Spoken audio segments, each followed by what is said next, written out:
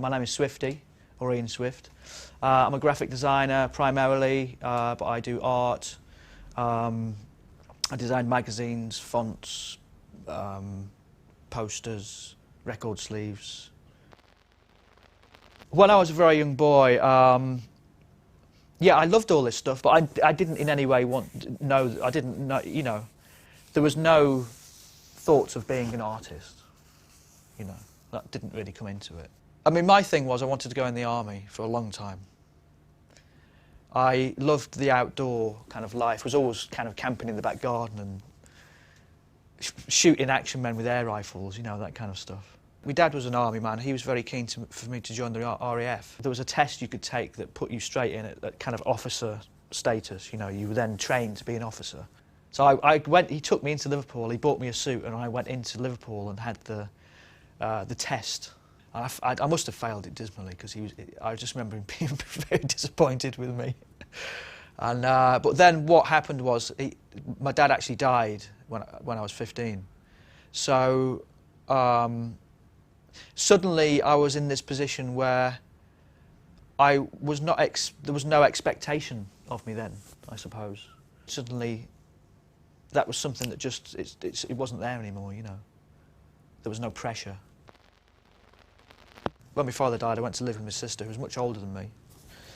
And she literally gave me a brochure for the art college in Warrington. I said, why don't you go there? And I actually went, I went for the interview and took along a load of my drawings and they just accepted me straight away.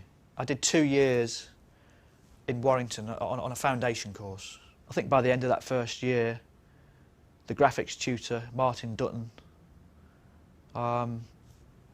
thrust a copy of The Face in my hands and said, this is the future. You know, I went to Manchester Poly from there, and one of the tutors there knew Neville Brodie, who was the art director of The Face, and he came up to lecture and gave me a job. At the time, it was a really big deal, yeah, because The Face was incredibly popular then. You know, it was the style Bible, and I landed a job there in 1986. So I came down and started my career in graphic design. For pretty much 5 years, I worked solidly, you know, and I think by '95, I'd designed hundreds of flyers, hundreds of record sleeves, and was firmly established as a, you know, music industry designer. By ~95, I'd done pretty much everything I wanted to do. I had my own studio. I was actually employing, you know, one person, and later employed a few more people, and would be deemed to have been a successful graphic designer. The next big turning point was the late '90s when I scrapped the studio. Rents were going up. I lost a big client, and there was very much a change in the dynamic. You know, there wasn't as much money coming into the studio. I basically have gone back to working on my own again, which is how I started out.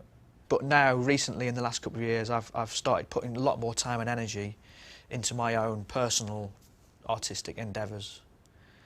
The graphics, the commercial art is still there, it still pays the bills, still do record sleeves, still do title sequences, but it's the art that I'm pushing now, yeah.